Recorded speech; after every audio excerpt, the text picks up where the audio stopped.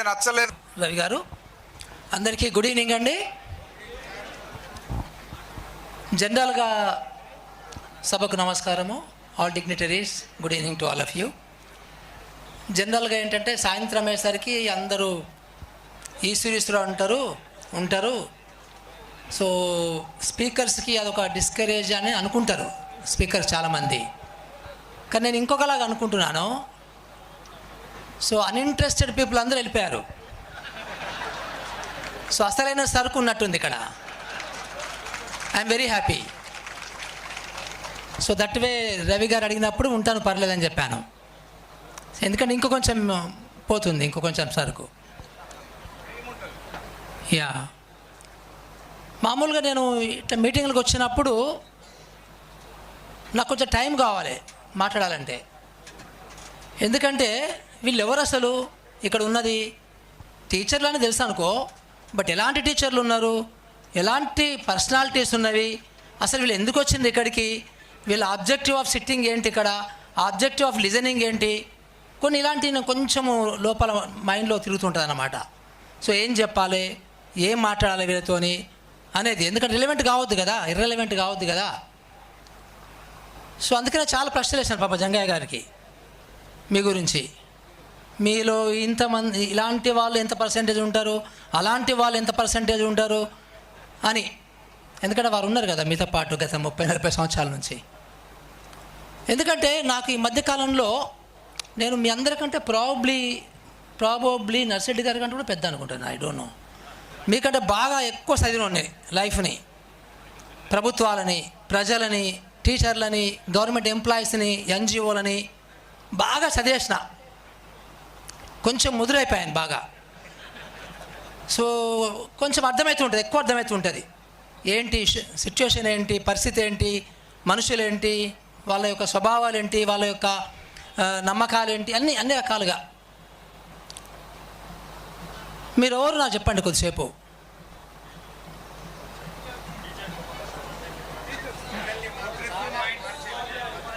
టీచర్లు అంటే టీచర్లు చాలామంది ఉన్నారు కదా, మీకు తెలుసు. మనకు 56 యూనియన్స్ ఉన్నాయి, 56 యూనియన్స్ ఉన్నవి, 56 ఐడియాలజీస్ ఉన్నాయి. అందులో 0 ఐడియాలజీ ఉన్న టీచర్స్ యూనియన్స్ కూడా ఉన్నాయి లేవా? ఉన్నవి. సో ఏంటి అనేది అంటే నేను చాలా కన్ఫ్యూజన్లో ఉన్నా. అంటే కమిషన్కి వచ్చిన తర్వాత కన్ఫ్యూజన్ లేను ఇంకా ఎక్కువ. అంతకుముందు క్లారిటీ ఉండేది ఎడ్యుకేషన్ మీద, బట్ కమిషన్కి వచ్చిన తర్వాత చైర్పర్సన్గా కన్ఫ్యూజన్ స్టార్ట్ అయింది. సో నేను ఇన్ని రోజులు ఆలోచించింది కరెక్టా కాదా అని మళ్ళీ ఒకసారి టెస్ట్ చేసుకుంటున్నాను. ఇంకా బాగా డీప్గా వెళ్తున్నాను నేను. ఇంకా డీప్గా వెళ్తున్న కొద్దీ ఎడ్యుకేషన్ ఏంటంటే మీరు పేరెంట్స్ అంతే, ఇంకేం లేదు ఇందులో. ఇట్స్ టీచర్సు, పేరెంట్స్, పక్కన government, of course that is also పెద్ద ఏనుగు. సో ఈ మూడే కదా, ఈ మూడింటిని మనము అర్థం చేసుకోగలిగితే ఎడ్యుకేషన్ని అర్థం చేసుకున్నట్టే. So trying to understand. ఇంకొక 2 వారాలు ఇంకా డీప్గా వెళ్తాను, తర్వాత బంద్, ఇంకా రాయడమే. అయితే మీరు ఎవరు అంటే, మీరు వీళ్ళు అంటున్నారు అభ్యుదయ టీచర్లు అంటున్నారు. ఇక్కడ చాలామంది మహిళలు కూడా కనబడుతున్నారు. అబ్బా, నేషన్ బిల్డర్స్ అట. నేను ఇందాక అదే అడుగుతున్నాను. నేను అరే ఇంతమంది యూట్యూబ్ టీచర్లు పెట్టుకొని సొసైటీ ఎట్టడో పోతుంది అని అంటున్నాను. మీరు నేషనల్ బిల్డర్స్ అంటే అది గుర్తొచ్చింది నాకు. అరే ఇది వండర్ఫుల్. జనరల్గా ఎందుకు కొంచెం యూటీఎఫ్ నాకు కొంచెం ప్రేమ, ఎందుకంటే లాస్ట్ నేను ఒక 11 యూనియన్స్ని కలిసాను నేను.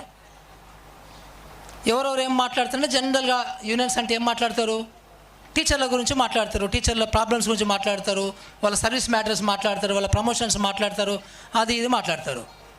సో మన రవి గారి టీము, నర్సిరెడ్డి గారి టీం వచ్చినప్పుడు నేను ఎవరు చెప్పినా కానీ రాసుకుంటా. ఇది నాకు 3వ పుస్తకం ఇది, అంతది గత 110 రోజులలో అన్నీ రాసుకుంటా, ప్రతి పాయింట్ కూడా రాసుకుంటాను. ఒక 135 పాయింట్స్ చెప్పారు. అందులో 95% పాయింట్స్ ఎడ్యుకేషన్ మీద చెప్పారు. That is a very impressive thing. So మిగతా వాళ్ళు ఏం చెప్తారో మనకు తెలుసు. అయితే మీలాంటి ఇంకొక యూనియన్ వచ్చింది. నేను వాళ్ళ దగ్గర నుంచి కూడా ఇదే ఎక్స్పెక్ట్ చేశాను. బట్ అది రివర్స్ పోయింది. That was unexpected for me. So నేను చెప్పాను, ఇదంతా బాగానే ఉంది, మీరు మళ్ళీ ఒకసారి రండి. ఈసారి వచ్చినప్పుడు ఓన్లీ పిల్లలు, ఎడ్యుకేషను, క్వాలిటీ గురించి మాట్లాడదాము అని చెప్పి పంపించడం జరిగింది. సో విషయం ఏంటంటే, నేను మిమ్మల్ని టీచర్లు అనుకోవటం లేదబ్బా, to be frank with you. Nation and builder అంత పదం వాడను, కానీ యు ఆర్ చేంజ్ మేకర్స్. డెఫినెట్గా మీరు అనుకుంటే you can change the society. నాకు ఇక్కడికి వచ్చినాక ఇంకో కొంచెం కాన్ఫిడెన్స్ పెరిగింది. ఏం పెరిగిందంటే, ఈ మధ్యకాలంలో చూస్తున్నాం కదా, ఈ ఆర్ఎస్ఎస్ గోల, బీజేపీ మూర్ఖత్వం కాదు, they are very brilliant people. So వాళ్ళ యొక్క అగ్రెసివ్నెస్ ఇవన్నీ చూస్తుంటే భయం అవుతుంది నాకు, మా సొసైటీ ఎడిపోతుంది ఏంటని. మిమ్మల్ని చూసినాక కొంచెం ధైర్యం వచ్చింది మళ్ళీ. ఐ థింక్ పర్లేదు, still I think we can bat. మొత్తానికి వదిలిపెట్టాల్సిన అవసరం లేదు అని కొంచెం ధైర్యం వచ్చింది నాకు. అంటే మీకు తెలుసో తెలియదో, మీకు మీ గురించి, మీ పవర్ గురించి, మీ యొక్క పొటెన్షియల్ మీకు తెలిసి అవ్వదు. పెద్ద తలనొప్పి ఇది. ఒక ఉద్యోగిలాగా కాదు, మీరు ఉద్యోగి కాదు. మీరు యూటీఎఫ్లో ఉంటే మీరు ఉద్యోగి కాదు, ఇంకొక దగ్గర ఎక్కడన్నా ఉంటే ఉద్యోగే. బట్ మీరు యూటీఎఫ్లో ఉంటే ఉద్యోగం ఎట్లా అవుతారబ్బా? You are a change maker. So మీరు సమాజాన్ని మార్చగలరు. మీకున్న పొటెన్షియల్ తెలవటంలే. నాకు ఈ మధ్య కాలం నా పొటెన్షియల్ నాకు కొంచెం మళ్ళీ తెలిసింది. ఆ బస్ యాత్ర చేస్తే తెలిసింది. మీకు ఇంతేనా రాజకీయాలు అనుకున్నా నేను. అంటే we can make some change డెఫినెట్గా. ఇట్స్ నాట్ దట్ ఒక ఐఏఎస్ ఆఫీసర్ ఉంటేనే చేంజ్ అవుద్ది, కాదు, అట్లా కాదు. నాకు ఆ పుస్తకం నేను ఎప్పుడు ఒక 1994లో ఒక బుక్ చదివాను, ఒక టీచర్ది, కర్నూలు టీచర్ది ఒక బుక్ చదివాను. ఆ బుక్ నేను అప్పుడు చాలామందికి ఒక 200 బుక్స్ కొని ఇచ్చాను నేను, మా స్టాఫ్ అందరికీ కూడా. పేరు మర్చిపోయాను. ఒక teacher how has changed the village మీద ఒక బుక్ ఉందండి. అది ఇప్పుడు నాకు దొరకడం ఎక్కడ కూడా ఆ book. So that's and how he has really revolutionised the village. అక్కడ మొత్తం ఎట్లా మార్చాడు అంటే, మనం అందరం ఏమనుకుంటామంటే, నేను సైన్స్ టీచర్ని, నాకు 4వ పీరియడ్లో నేను పోయినాను, 9:40 అయింది, నేను మళ్ళీ బయటికి రావాలి అంటే 10:20కి బయటికి రావాలి. సో ఆ పర్టికులర్ నేను ఈ లెసన్ చెప్పాలి, టకా టకా టకా టకా టకా టకా చెప్పేస్తా. స్కూల్ బయట మీకు తల్లిదండ్రులు ఉంటారు, ఊరు పెద్ద మనుషులు ఉంటారు, వాళ్ళు తిక్కగా ఆలోచన చేస్తారు. వాళ్ళ ఆలోచన విధానం అంతా ఎట్టడో పోతుంది, గాలికి పోతుంది. సో మనం ఏం మాట్లాడడం దాని గురించి. మాట్లాడతారు కొంతమంది, ఉన్నారు, ఇప్పటికీ ఉన్నారు, ఇంకా కూడా డెఫినెట్గా ఉన్నారు. కానీ బట్ ఆ నంబరు తగ్గుతుంది, పెరగటం లేదు. ఇప్పుడు ఇందులో నేను ఒక ప్రశ్న అడుగుతాను. నాగపంచమి రోజు పాము పుట్టలో పాలు తాగొద్దని పాముకి పాలు పోస్తారు మన సైన్స్ టీచర్లు కూడా. ఎంతమంది పాము పుట్టలో పాలు పోస్తారో సిన్సియర్గా చేయొద్దండి.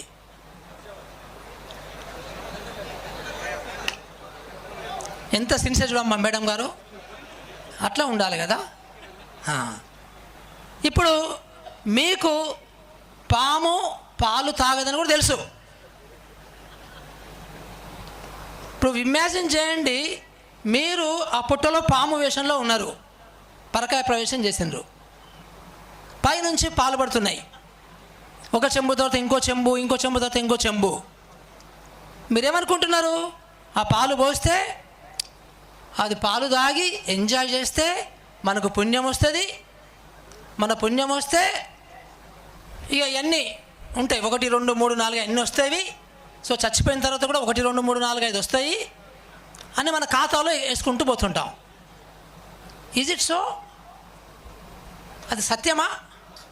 అది సత్యం కాదని కూడా తెలుసు. మళ్ళీ what is this mind set, what is this attitude, what is this knowledge, what is this behaviour? ఇది నాకు అర్థం కావటంలే. ఒక్క ఎగ్జాంపుల్ చెప్పాను ఇందాక, నాగేశ్వరరావు కూడా ఒక ఎగ్జాంపుల్ చెప్పారు, పాత ఎగ్జాంపుల్, పోస్ట్ కార్డ్ ఎగ్జాంపుల్. ఇప్పుడు ఆ పోస్ట్ కార్డ్ ఎగ్జాంపుల్ని మనం లేటెస్ట్గా వాట్సాప్కి అన్వయించుకోవాలి. మీకు పలాని SMS వస్తుంది, అది చదివిన తర్వాత 12 మందికి పంపండి, పంపితే మీకు మంచి జరుగుతుంది, పంపకపోతే నష్టం జరుగుతుంది. ఆ 12 మంది బక్కరగాళ్ళ పేర్లు మీరు టకా టకా టకా టకా కొట్టేస్తారు. మీకు తెలుసు ఏమీ జరగదని, ఉత్తదే అని తెలుసు, ఎందుకైనా మంచిది జరుగుద్దేమో. ఏంటండి ఇది ఏం సొసైటీ అండి? MScలు, MAలు, అది కాక మళ్ళీ నేను 24 పుస్తకాలు చదివాను, నేను 250 పుస్తకాలు చదివాను. అంటే మన ముఖ్యమంత్రి గారు ఎవరో ఆయన పాత ఆయనే 84,000 పుస్తకాలు అన్నట్టుంది ఇది కూడా. ఏంటిది? What is this society? నాకేం అర్థం కావట్లే. నేను దురదృష్టవశాత్తు ఆ యూరోప్ అంతా తిరిగి వచ్చిన, ఇందాక మేడం చెప్పిన స్కాండినేవియన్ కంట్రీస్ అన్నీ తిరిగి వచ్చిన. ఎక్కడున్నాం మనం? వాళ్ళతో కంపేర్ చేస్తే ఎక్కడున్నాం మనము? విద్యలో ఎక్కడున్నాము, పేదరికంలో ఎక్కడున్నాము, మూర్ఖత్వంలో ఎక్కడున్నాము, సూపర్ స్టిషన్స్లో ఎక్కడున్నాము అంటే చాలా దారుణమైన పరిస్థితిలో ఉన్నాం మనం. ఇప్పుడు ఈ భాషను నేను ఈ మీటింగ్లో చెప్పగలుగుతున్నా, కానీ మళ్ళీ ఇదే భాషని నేను ఇదే కంటెంట్ని అన్ని మీటింగ్లో చెప్పలేను. అవునా కదా? అందుకే వీళ్ళు ఎవరు, ఏం మాట్లాడాలి? నేను మాట్లాడితే వీళ్ళకి సంతోషపడతారా, ఏడుస్తారా, బోర్ ఫీల్ అవుతారా, ఇర్రెలవెంట్ ఫీల్ అవుతారా, ఇవన్నీ ఆలోచన చేసుకోవాలి. సో విద్య గురించి మనం కొద్దిసేపు మాట్లాడుకోవాలంటే, ఎందుకంటే మీరు టీచర్లు కాబట్టి, నేను కమిషన్ చైర్మన్ కాబట్టి దాని గురించి మాట్లాడకుండా నేను బోలేను ఇక్కడి నుంచి. విషయం ఏంటంటే, ఇప్పుడు మామూలుగా ఏ దేశంలో అయినా, ఇంక్లూడింగ్ ఆఫ్ఘనిస్తాన్ పక్కన పెడదాంలే, మొన్నటి వరకు ఆఫ్ఘనిస్తాన్ వాడా నేను. ఈ తాలిబాన్ వచ్చినాక అది వాడలేము ఇక. ఎందుకంటే తాలిబాన్ కంటే ముందు నేను పోయి ఒక 4 రోజులు ఆఫ్ఘనిస్తాన్లో గ్రామం తిరిగిన. సో అటు ముందు ఒక తుపాకులు వేసుకొని అమెరికన్ ఆర్మీ పోతుంటే, వెనకాల తాలిబాన్ వాళ్ళ ఇంకొక ట్రక్కు అక్కడ కూడా గన్నులు వేసుకొని వస్తే మధ్యలో నేనున్నా ఒకసారి ఒక గ్రామంలో. అలాంటి సిచ్యువేషన్ కూడా చూసి వచ్చిన. సరే, వాళ్ళంతా ఇప్పుడు విద్యని మొత్తం దుర్మార్గంగా చేస్తున్నారు. కానీ బట్ ఇంకా చాలా పాతవి, maybe I think Nepal, maybe I think ఇంకా చాలా ఆఫ్రికన్ సబ్ సహారా కంట్రీస్ చూస్తే వాటికంటే కూడా మన విద్య ఈరోజు చాలా సబ్స్టాండర్డ్గా ఉందబ్బా. అది ఎట్లనో అర్థం కావట్లేదు నాకు. మీలాగా నేను ఇట్లా 40 నిమిషాలు పాఠం చెప్పుకుంటూ పోలేను. So I have to think, ఏదో జరగాలి ఇక్కడ అనేది నాకు నిద్ర పట్టడం లేదు, to be frank with you. ఏం చేయాలి, ఎట్లా చేయాలి ఏం చేయాలనే దాని మీద. ఎందుకంటే నిజానికి చాలామంది ఏమనుకుంటారంటే మనది పేద దేశము, సో అందుకనే మనది విద్య ఇట్లాగే ఉంటుంది, మన రోడ్లు ఇట్లాగే ఉంటుంది, మన గ్రామాలు ఇట్లాగే ఉంటుంది, మన మోరీలు ఇట్లాగే ఉంటాయి అని మనం అనుకుంటాం. కానీ మనది పేద దేశం కాదు యాక్చువల్గా. ఇప్పుడు మీరు చాలామంది ఒక ఊరికి అడుగుతున్నారు, ఒక శాంపుల్ క్వశ్చను, ఎంతమంది మీ పిల్లలు అమెరికాలో చదువుతున్నారు, అమెరికాలో ఉద్యోగాలు చేస్తున్నారు, ఆర్ యూరోప్లో, కెనడాలో, అమెరికాలో చేయొద్దండి. ఎత్తండి అబ్బా, పర్లేదు, ఐ నో ఎవ్రీథింగ్ చెప్తున్నా కదా నేను. చాలామంది ఉంటారు, ఎత్తడలే మీరు మొహమాటం కొద్దీ. ఎందుకు చెప్తున్నానంటే, when you go to America, when you go to London, when you go to Singapore, మీరందరూ ఎట్లా ఫీల్ అవుతారంటే, అరే ఇంత అద్భుతంగా ఉంది కంట్రీ, చాలా బాగా ఉంది కదా కంట్రీ, సో భలే ఉన్నాయి, రోడ్లు బాగున్నవి, బిల్డింగులు బాగున్నవి, సో ఎయిర్పోర్ట్లు బాగున్నవి, సో వాళ్ళ జీతాలు బాగున్నవి అని హ్యాపీ ఫీల్ అవుతారు కదా. హ్యాపీ ఫీల్ అవుతారు, ఆ కల్చర్ని చూస్తారు, మీకు కొంచెం అర్థమైద్ది. సో అక్కడ నుంచి మీరు ఏం మాట్లాడొద్దు, గమ్మున ఉండాలి, పబ్లిక్ ప్లేసెస్లో అంటే గమ్మున ఉంటారు, నిశ్శబ్దంగా ఉంటారు, అంత బాగానే ఉంటుంది. ఉంచొద్దు ఎక్కడ కూడా, ఎక్కడ చెత్త పడేయొద్దు, అన్నీ ఫాలో అవుతారు. జస్ట్ మళ్ళీ ఇక్కడ ఎయిర్పోర్ట్లో ఫ్లైట్ దిగగానే ఎట్లుంటాం మనము. So these are the things అనమాట ఇవన్నీ కూడా. సో ఎడ్యుకేషన్కి సంబంధించి కూడా ఏంటంటే, ఈజ్ రియల్లీ ఒక లెర్నింగ్ క్రైసిస్ అయితే ఉంది, భయంకరమైన లెర్నింగ్ క్రైసిస్ ఉంది. సో దీన్ని ఎవరు తప్పుపట్టాలి? శాంతా సిన్హా మేడం ఒక మాట అంటది. ఆమె పిల్లలు నేర్వలేకపోతున్నారా, టీచర్లు చెప్పలేకపోతున్నారా, ప్రభుత్వాలు చెప్పకూడదని అనుకుంటుందా? ఏది కరెక్ట్ ఇందులో?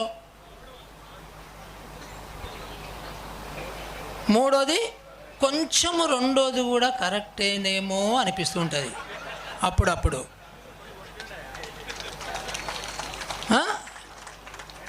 మూడోది అనడం ఈజీ, ఫట్, బట్ రెండో దగ్గర మనం యాక్సెప్ట్ చేయము. But partly yes, very simple logic ఇది దానికి. ఎందుకనేది నేను ఎస్, అన్ని సౌకర్యాలు లేవు, బాగానే ఉంది, అది గవర్నమెంట్కి తోసేద్దాం, నో ప్రాబ్లం. కానీ 10 మందే పిల్లలు ఉంటారు నీ దగ్గర. సరే, 2 పిల్లలు 5వ తరగతిలా, 2 పిల్లలు 4వ తరగతిలా, ఒకరు 3వ తరగతిలా, ముగ్గురు 2వ తరగతిలా, ఒకరు 2 1వ తరగతి అనుకుందాం. ఈ 10 మంది పిల్లలకి మీరు 5వ తరగతి పిల్లలు పోతారు కదా బయటికి, పోయేటప్పటికల్లా కనీసం ఆ పిల్లగానికి, ఆ పిల్లకు మీ దగ్గర 5 సంవత్సరాలు ఉన్నారు అంటే 5 × 220 రోజులు, ఒక 200 వేసుకుందాం, ఇంటూ ఒక రోజుకు ఒక 6 గంటలు, అంటే దగ్గర 6000 గంటలు మీ దగ్గర ఉంటున్నారు కదా. మరి వాళ్ళు 6000 గంటల తర్వాత కూడా తెలుగు ఎందుకు చదవలేకపోతున్నారు, ఇంగ్లీష్ ఎందుకు చదవలేకపోతున్నారు? మరి అక్కడ ఉంది కదా, నేను చెప్పిన ఇందాక రెండోది కూడా ఏదో ఉంది, సంథింగ్ ఉంది ఇందులో, అక్కడ ఎక్కడ ఉంది. సో దానికి కూడా అనొచ్చు, ఎక్కడ చెప్తాం సార్ వీళ్ళకి ఈ పాట, ఇప్పుడు రోజుకి 18 సబ్జెక్టు చెప్పాలి నేను ఈ 5 మందికి, ఈ 5 తరగతులకి, నేను ఎక్కడ చెప్తాను అని వదిలిపెట్టేసిన అని కూడా అనొచ్చు. కానీ బట్ ఇవన్నీ ఉన్నాయి ఇష్యూస్, అనేది చాలా చాలా చాలా ఇష్యూస్ ఉన్నవి. ఎందుకంటే ఇది మీరు అన్నట్టుగా 90% గవర్నమెంటే తప్పు పక్కా. ఎందుకంటే వాళ్ళు నేర్పియదలుచుకోలేదంటే కరెక్టు. ఇప్పుడు కొత్త గవర్నమెంట్ వచ్చింది, చూద్దాం, అది ఇప్పుడే మనం దాని మీద అలిగేషన్ వేయొద్దు. బట్ మొన్నటి వరకు గత 10 సంవత్సరాల మాత్రము పర్పస్ఫుల్గా కేసీఆర్ గారు విద్య ఇవ్వద్దు, వీళ్ళకి స్టేటస్ కో మెయింటైన్ చేయాలి అనే ఉద్దేశంతోనే విద్యను ధ్వంసం చేసిండు. అది మాత్రం పక్కా నాకు అర్థమైంది క్లియర్ కట్గా.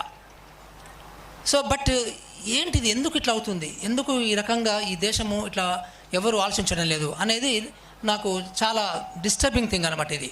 సో ఎవరు ఆలోచన చేయాలి అసలు? ఫస్ట్ ఎవరు డిస్టర్బ్ కావాలి? నేను ఒక ప్రశ్న మిమ్మల్ని అడుగుతానండి. మీ ఒక స్ట్రైట్ క్వశ్చన్, మీ మనుమలు, మీ మనమరాళ్ళు, రైట్, కొంతమంది పెళ్ళి కూడా కాకపోవచ్చు, బట్ వాళ్ళకు కూడా ఈ ప్రశ్న. సో మీ మనుమలు మనవరాళ్ళు ఒకవేళ ఫారిన్ పోకపోతే ఇక్కడే ఉంటే మీరు ఆ మనుమలు మనవరాళ్ళు సేఫ్గా ఉండాలి, సంతోషంగా ఉండాలి అని అనుకుంటున్నారా? Yes are no? ఎస్ అని వాళ్ళు చేతండి. దొరికిపోయినారు మీరు నాకు. ఎందుకు దొరికిపోయింది అంటే, మీ మనవలు మనవరాళ్ళు సంతోషంగా ఉండాలంటే you have to build a safe society. మీరు సేఫ్ ఉన్నారని అనుకుంటున్నారు మీరు. ఇప్పుడు మాకు హ్యాపీగా ఉన్నాము, ఇక అది కూడా ఏదో అది ఏం పెన్షన్ అంటే సిఎస్ఎఫ్, ఏం పెన్షన్ అది, సిపిఎస్ పెన్షన్ వస్తే ఇంకా అయిపోయిందిగా, మొత్తం సాధించినట్టు అనుకుంటున్నారు మీరు. ఓల్డ్ పెన్షన్ స్కీమ్ కావాలి, సారీ, ఓల్డ్ పెన్షన్ ఇది పోవాలి అనుకుంటున్నారు కదా. అది వస్తే అంత అయిపోయినట్టే అనుకుంటున్నారు, ఇక హ్యాపీ, ఇక మాకంత హ్యాపీ ఎవరు లేరని అనుకుంటున్నారు. No, it is not correct. నేను చాలాసార్లు మనకి ఏమవుతుందంటే వితిన్ వన్ లైఫ్లో you will have your own generations of lifes. మీ లైఫ్లోనే డిఫరెంట్ ట్రావెల్ చేస్తూ ఉంటారు మీరు డెఫినెట్గా. సో దాంట్లో మీ పిల్లల్ని చూస్తారు, దాంట్లో మీ మనవల్ని మనవరాలను చూస్తారు. ఇంకా కొంచెం ఎక్కువ బతికితే బీపీలు లేకుండా, షుగర్ లేకుండా మీ ముని మనవల్ని వాళ్ళని కూడా చూస్తారు మీరు. సో వాళ్ళు సంతోషంగా ఉండాలంటే మీరందరూ కూడా చేంజ్ మేకర్ అవతారం ఎత్తాల్సిందే. మీకు షార్ట్ కట్ లేదు. సావని వాళ్ళ ఫ్యూచర్ నాకెందుకు అని ఇంకా ఎక్కువ స్వార్థపరంగా ఉంటే ఇట్లాగే ఉండండి, నో ప్రాబ్లం నాకు. కానీ బట్ మీరు చూడబోతున్నటువంటి ఫ్యూచర్ అనేది చాలా తొందరలోనే మనం కొన్ని ఘోరమైనటువంటి విషయాలు, కొన్ని ఘోరమైనటువంటి సంఘటనలు చూడబోతున్నాము. దానికి నిన్న తుక్కుగూడలో జరిగిన ఒక శాంపుల్, ఇంకొక శాంపుల్ మీకు వస్తూనే ఉన్నాయి శాంపుల్స్ అన్నీ. మీకు తెలుసా, అందరూ తెలుసా తుక్కుగూడ సంగతి? మాట్లాడారు కదా. సో అలాంటి సంఘటనలు, ఇంకా భయంకరమైన సంఘటనలు వస్తాయి. ఎందుకంటే ఈ దేశంలో మనకి చాలా వైరుధ్యాలు ఉన్నటువంటి దేశం ఇది. ఈ వైరుధ్యాలలో మనకి చాలా సమన్వయంతో లేకపోతే చాలా డేంజరస్ సిచ్యుయేషన్స్ మనకి ఎదురుపడే అవకాశం ఉంది. ఇది అంతా కూడా మనం దానికి భయపడాల్సిన అవసరం ఉంది. ఎందుకంటే సిరియా చూశారు కదా, సిరియాలో ఒక మంచి రిచ్ కంట్రీ, అది దట్ ఈస్ రిచ్ కంట్రీ, కానీ ఒక దుర్మార్గుడి పరిపాలనలో చాలా మళ్ళీ ధ్వంసం అయిపోయింది. అది ధ్వంసం అయిపోయి పిల్లలందరూ కూడా పోతూ ఉంటే చాలామంది ఆ పడవలలో అక్కడ ఇక్కడ పిల్లలు ఎంత దారుణంగా చనిపోయారు. ఇప్పుడు గాజాలో ఇవన్నీ కూడా ఏంటంటే civil war. So civil war వచ్చినప్పుడు చెదరైపోతాయి అన్నమాట. అది ఈ సివిల్ వార్స్ ఎట్లా వస్తాయంటే చెప్పలేం ఎట్లా వస్తాయో, ఎక్కడి నుంచి వస్తాయో. ఒక రీజన్ మీకు చెప్తాను నేను, అంటే ఇది ఎంత డేంజర్ అనేది చెప్తున్నాను మీకు నేను. ఇది విద్యకు సంబంధించింది కాదని, but still I wanted to say this. ఈ దేశంలో 140 కోట్ల దేశంలో మనకి సుమారుగా ముస్లిమ్స్ 22 కోట్ల మంది ఉన్నారు, రైట్? సో 22 కోట్ల మంది ముస్లిమ్స్ ఉన్నారు. ఈ 22 కోట్ల ముస్లిమ్స్ని అంటే ఆల్మోస్ట్ సెకండ్ లార్జెస్ట్ కంట్రీ మన ప్రపంచంలో ముస్లిం country India is the second largest Muslim population. First thing is Indonesia. ఈ 22 crores ముస్లిమ్స్ని ఏం చేద్దాం అనుకుంటున్నారు ఈ బీజేపీ వాళ్ళు, ఆర్ఎస్ఎస్ వాళ్ళు? ఏం చేయాలి? వాళ్ళ లెక్క ప్రకారము వీళ్ళందరినీ ఎలిమినేట్ చేయాలి, లేకపోతే వీళ్ళందరినీ కూడా హిందూయిజాన్ని కన్వర్ట్ చేయాలి.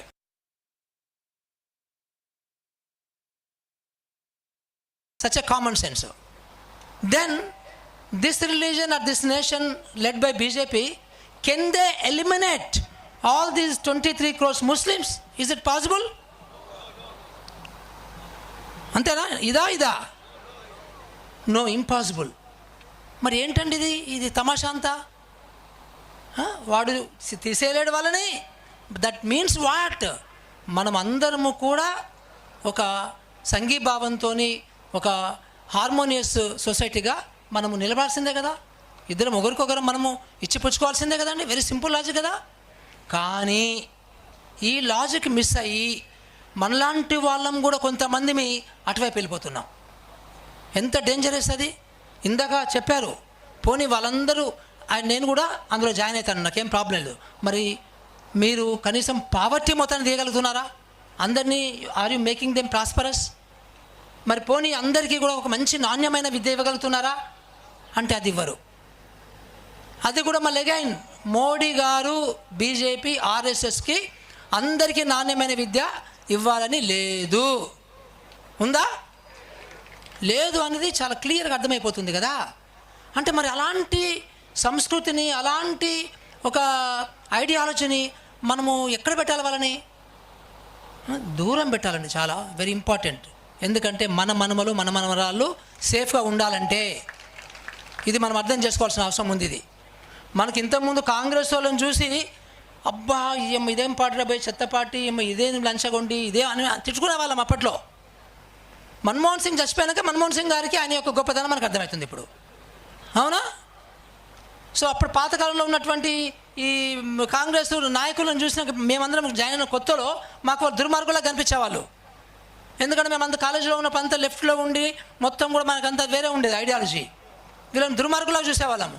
ఈరోజు వాళ్ళు దేవుళ్ళలాగా కనబడుతున్నారు ఆ పాతకాలం వాళ్ళందరూ కూడా. సో ఇవి చేంజెస్ ఇట్లా వచ్చేస్తున్నాయి, బాగా వచ్చేస్తున్నాయి చేంజెస్ ఇవంతా కూడా.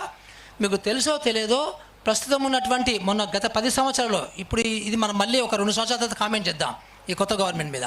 బట్ గత 10 సంవత్సరాలు చేసినటువంటి ధ్వంసము ఎంత డేంజరస్ అంటే మన పిల్లలకి నాణ్యమైన విద్య ఇవ్వకపోవడం అనేది వాళ్ళు కావాలని దాన్ని, మీకు తెలుసో తెలియదో కేసీఆర్ గారు ఒక్క నిమిషం కూడా విద్య మీద రివ్యూ చేయలేదు ఆయన. మీకు తెలుసా? మీకు 9.5 సంవత్సరాలలో పాపం, నాకు ఇప్పుడు చెప్పొద్దుగా, నేను కెమెరా కూడా ఉంది పర్లేదు, చెప్పినా పర్లేదు, మన స్పెషల్ చీఫ్ సెక్రటరీ గారు ఆవిడ పెద్ద ఆవిడ రిటైర్ అయ్యారు కదా, రంజీవ్ ఆచార్య గారు.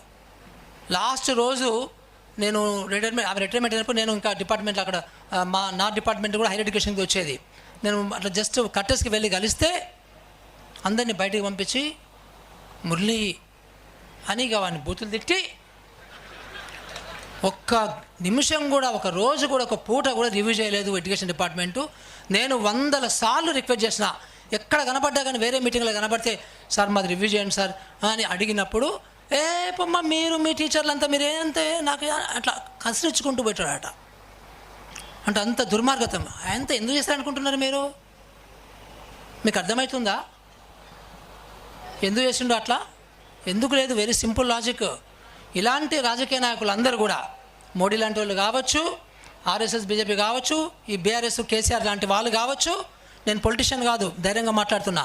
సో ఎందుకంటే నాకేం మొహమాటలు లేవు. వీళ్ళది ఏంటంటే, వీళ్ళ లెక్క ఏంటంటే వీళ్ళది స్టేటస్ కో. పేదవాళ్ళని పేదలుగానే ఉంచాలి, పేదలని పేదవాళ్ళగా ఉంచితే సో వాళ్ళ పార్టీ ఎప్పటికీ కూడా వాళ్ళ కొడుకు ముఖ్యమంత్రి అవుతాడు, వాళ్ళ మనవడు ముఖ్యమంత్రి అవుతాడు, వాళ్ళ మునుమనుడు ముఖ్యమంత్రి అవుతాడు. సో ఇంకా ఛాన్స్ వస్తే ప్రైమ్ మినిస్టర్లు అవుతారు. వాళ్ళకు కూడా నాణ్యమైన విద్య వస్తే ఈ జంగయ్య లాంటి వాళ్ళు, రవి లాంటి వాళ్ళు, నర్సెట్టి గారు లాంటి వాళ్ళు, మురళి లాంటి వాళ్ళు చదువు వస్తే ఇట్లా మాట్లాడతారు కదా. ఇట్లా మాట్లాడడానికి లేదు అట్లా. వాళ్ళకి వాడికి 500 రూపాయలు పడేస్తే క్యాడర్ దొరకాలి, జెండా మోస్టర్ దొరకాలి.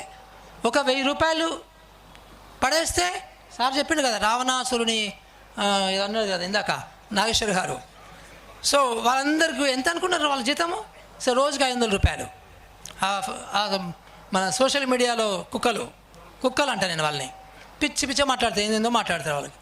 సో అలాంటి కుక్కలు దొరకాలి అంటే ఇటు నాణ్యమైనవి ఇవ్వద్దు. వెరీ సింపుల్ లాజిక్ అన్నమాట.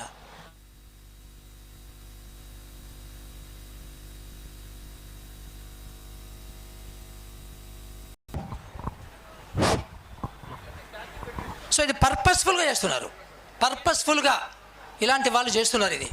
సో నేను ఏమంటున్నానంటే, అది బడ్జెట్ ఇవ్వకపోవడం కావచ్చు, అన్నీ కావచ్చు. సో నేను ఏమంటున్నానంటే, మీ పిల్లలు, మీ మనవలు, మీ మనవరాలు, మీ మునుమనవరాలు కూడా హ్యాపీగా ఉండాలంటే సింపుల్ ఫార్ములా అబ్బా, ఏం లేదు. అందరం కూడా సంతోషంగా ఉండాలి, అందులో మనం ఉండాలి, ఇంతే, ఇంకా వేరే ఏం లేదు. సో అందరూ సంతోషంగా, పేదరికంలో పేదవాళ్ళు కూడా సంతోషంగా ఉండాలి. అసలు పేదరికం పోవాలంటే ఎట్లా? నేను ఫస్ట్ 25-30 సంవత్సరాలు పేదరికం పోవడానికి నేను ఆ బర్రె గొర్రె పట్టుకొని తిరిగిన.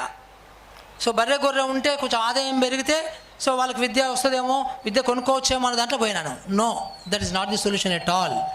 పేదరిక నిర్మూలన జరగాలి అంటే ఇట్స్ ఓన్లీ త్రూ ఎడ్యుకేషన్, ఇంకా వేరే షార్ట్ కట్ లేనే లేదు.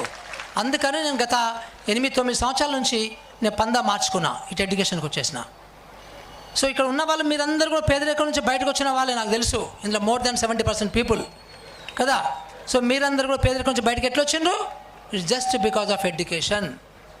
కానీ ఈ ఎడ్యుకేషన్ ఇవ్వడానికి వీళ్ళు ఇష్టపడడం లేదు. అందుకనే బడ్జెట్ని, మన తెలంగాణ రాష్ట్రం బడ్జెట్ ఎంత తెలుసా మీకు? Education allocation it is just వాడు పాతోడు ఉన్నప్పుడు 6.4% ఇచ్చిండు. That is the lowest in the history of Indian states, not only Telangana. Lowest budget allocation for education, 6.4%, right? And Telangana is the only state having single digit of allocation to the education, less than 10%. అన్ని 10% కంటే ఎక్కువనే ఉన్నవి. కొన్ని రాష్ట్రాలు, ఢిల్లీ లాంటి రాష్ట్రాలు 28% allocation బడ్జెట్కి ఇచ్చారు వాళ్ళు. సో నేను ఆల్మోస్ట్ చాలా రాష్ట్రాలు తిరిగి వచ్చాను. దగ్గర 10 రాష్ట్రాలలో వెళ్ళి ఈ మొత్తం ఎడ్యుకేషన్ గురించి చూసి వచ్చాను అనమాట. ఎక్కడ మంచిగా ఉందంటే అక్కడికి వెళ్ళడమే, అంతే. ఈ మధ్యకాలంలో హర్యానాకి వెళ్ళాను. సో హర్యానాలో ఒక్క రెసిడెన్షియల్ స్కూల్ లేదండి. సో హర్యానా ఈజ్ టాప్ 5లో ఉంది. సో పంజాబ్లో మొత్తం రాష్ట్రంలో 11 రెసిడెన్షియల్ స్కూల్సే ఉన్నవి. So Punjab is number 1 now. మీకు తెలుసు కదా, అది PGI పర్ఫార్మెన్స్ గ్యారంటీ ఇండెక్స్లో Punjab is number 1. Punjab Chandigarh is number 1 as a union undertaking, and state as Punjab is number 2. So విషయం ఏంటంటే, ఇక్కడ మనలందరూ ఏమనుకుంటారంటే క్వాలిటీ ఎడ్యుకేషన్ దొరకాలి అంటే రెసిడెన్షియల్ స్కూల్ అనుకుంటారు. ఈ దేశంలో, ఈ ప్రపంచంలో ఏ దేశం కూడా రెసిడెన్షియల్ స్కూల్స్ ద్వారా అభివృద్ధి చెందలేదు విద్య. It is all general schools, general education. So మనకి వీళ్ళు ఒక ఫార్ములా నేర్చుకున్నారు ఈ రాజకీయ నాయకులు. ఏదో ఒక 5% పిల్లలకి రెసిడెన్షియల్ స్కూల్స్ పడేస్తే ఇక మొత్తం విద్య చేసినట్టే అనే దాంట్లో మనల్ని బూడి కొట్టిస్తున్నారు ప్రజలందరినీ కూడా. సో ఇది చాలా తప్పిది. సో ఫైనల్గా నేను మిమ్మల్ని కోరుకునేది ఏంటంటే యాజ్ ఎ చేంజ్ మేకర్, దయచేసి మీరు ప్రజలకి అవేర్నెస్ ఇవ్వండి. సో పేరెంట్స్కి అవేర్నెస్ ఇవ్వండి. ప్రభుత్వాలు కావాలనే విద్యను ధ్వంసం చేస్తున్నవి, కావాలనే పేదరికంలో ఉంచుతున్నవి, విద్యను నాణ్యమైన విద్యను ఇవ్వకుండా అనే ఒక సమాచారాన్ని ఇందాక నాగేశ్వర్ గారు చెప్పినట్టుగా సోషల్ మీడియాలో పెట్టమని చెప్పాడు కదా, దీన్ని సోషల్ మీడియా ద్వారా చెప్తారా లేదా డైరెక్ట్గా చెప్తారా, కానీ ఇది మాత్రం సత్యము. నేను as a learned person, as a little bit committed person toward సొసైటీగా నేను స్టడీ చేసింది ఏంటంటే, కావాలని వీళ్ళు నాణ్యమైన విద్య ఇవ్వటం లేదు. సో అది దానికి మనకి విలువ ఏంటంటే, మనము తల్లిదండ్రుల్ని ఆర్గనైజ్ చేయాలి. తల్లిదండ్రులను ఆర్గనైజ్ చేయడం ద్వారా మాత్రమే ఆ డిమాండ్ని పెడితే, సో ఆ డిమాండ్ ద్వారా మా ఓట్లు పోతాయనే భయంతో విద్యకు ప్రాముఖ్యత ఇవ్వాల్సి వస్తుంది, బడ్జెట్ పెంచాల్సి వస్తుంది, నాణ్యమైన విద్య ఇవ్వాల్సి వస్తుంది తప్ప ఉత్తుత్తగా మాత్రము ఇవ్వరు. సో అది ఆ బాధ్యత, ఆ గురుతర బాధ్యత మీ మీదనే ఉంది. లాస్ట్గా వన్ పాయింట్ చెప్పి వదిలిపెడతాను. మీరు అందరూ చూస్తారు కదా సింగపూర్ ఎడ్యుకేషన్ వాటి వెళ్ళినప్పుడు, మీరు యూట్యూబ్లో కూడా చూస్తారు కదా, అలాంటి number 1 state of the art education మనకి రావాలి అంటే సింపుల్గా నేను సివిల్ ఇంజనీర్గా, యాజ్ ఎడ్యుకేషనిస్ట్గా, యాజ్ అడ్మినిస్ట్రేటర్గా నేను జాగ్రత్తగా క్యాలిక్యులేట్ చేశాను. So just equivalent to European education, Scandinavian countries education మనకి ఇవ్వాలి అంటే we need simple money, that is just 65,000 crores. దాన్ని ఒక 5 సంవత్సరాలు స్పెడ్ చేస్తే మీకు సుమారుగా ఒక 12,000 కోట్లు 13,000 కోట్లు వస్తుంది. ఆ 12,000 13,000 కోట్ల రూపాయలు ఎక్స్ట్రా మీ టీచర్లకు సంబంధించిన శాలరీస్ ఒక 20,000 కోట్లు కాకుండా ఎక్స్ట్రా ఇది ఒక 11-12,000 కోట్ల రూపాయలు ఇస్తే 5 సంవత్సరాలు ఇస్తే మీకు యూరోపియన్ ఎడ్యుకేషన్ వస్తుందండి. Very simple logic. లేవా మన దగ్గర? అది దాన్ని మీరు in terms of percentage of allocation to education calculate చేస్తే ఎంత వస్తుందా అంటే 12-13% వస్తుంది అంతే. ఇట్ ఈజ్ అంటే very much doable it is. కానీ చేయరు. సో చేయడానికి వాళ్ళకి మనసు రాదు, ఎందుకంటే వాళ్ళ యొక్క ఐడియాలజీ వేరు. సో ఇలాంటి విషయాలను మనం జాగ్రత్తగా గమనించి దయచేసి మీరు as a responsible citizen, as a responsible educationist, నేను టీచర్ అన్నాను, టీచర్ అంటే ఇంకోలాగపోతుంది, అది ఎంప్లాయీ లాగపోతుంది. As a responsible educationist, as a responsible citizen, as a responsible Telanganite, as a responsible left organisation orientation ఉన్న పర్సన్గా, ఒక అభ్యుదయవాదిగా మీరు ఈ ఎడ్యుకేషన్ మీద పేరెంట్స్కి అవేర్నెస్ ఇవ్వాలి. పేరెంట్స్తోని మనం ఆర్గనైజేషన్స్ బిల్డ్ చేయాలి, వాళ్ళతో డిమాండ్ చేయించాలి. అందరికీ కూడా నాణ్యమైన విద్యని అప్ టు హయ్యర్ ఎడ్యుకేషన్ వరకు ఇప్పించగలిగితే ఈ సొసైటీ ఈరోజు 134 ర్యాంకులో ఉంది. 200 దేశాలలో 134 ర్యాంకు ఉన్నాం మనము. అలాంటిది మనం టాప్ 10లోకి రావడానికి అవకాశాలు ఉన్నవి. సో వీటి మీద మనం పనిచేయాల్సినటువంటి అవసరం ఉంది. సో మీ అందరికీ కూడా ధన్యవాదాలు. సో జై భీమ్, జై తెలంగాణ. మొమ్మట పడొద్దబ్బా ఇలాంటి వాటిల్లో మనము we are the activist. Right, all the best to you. Thank you.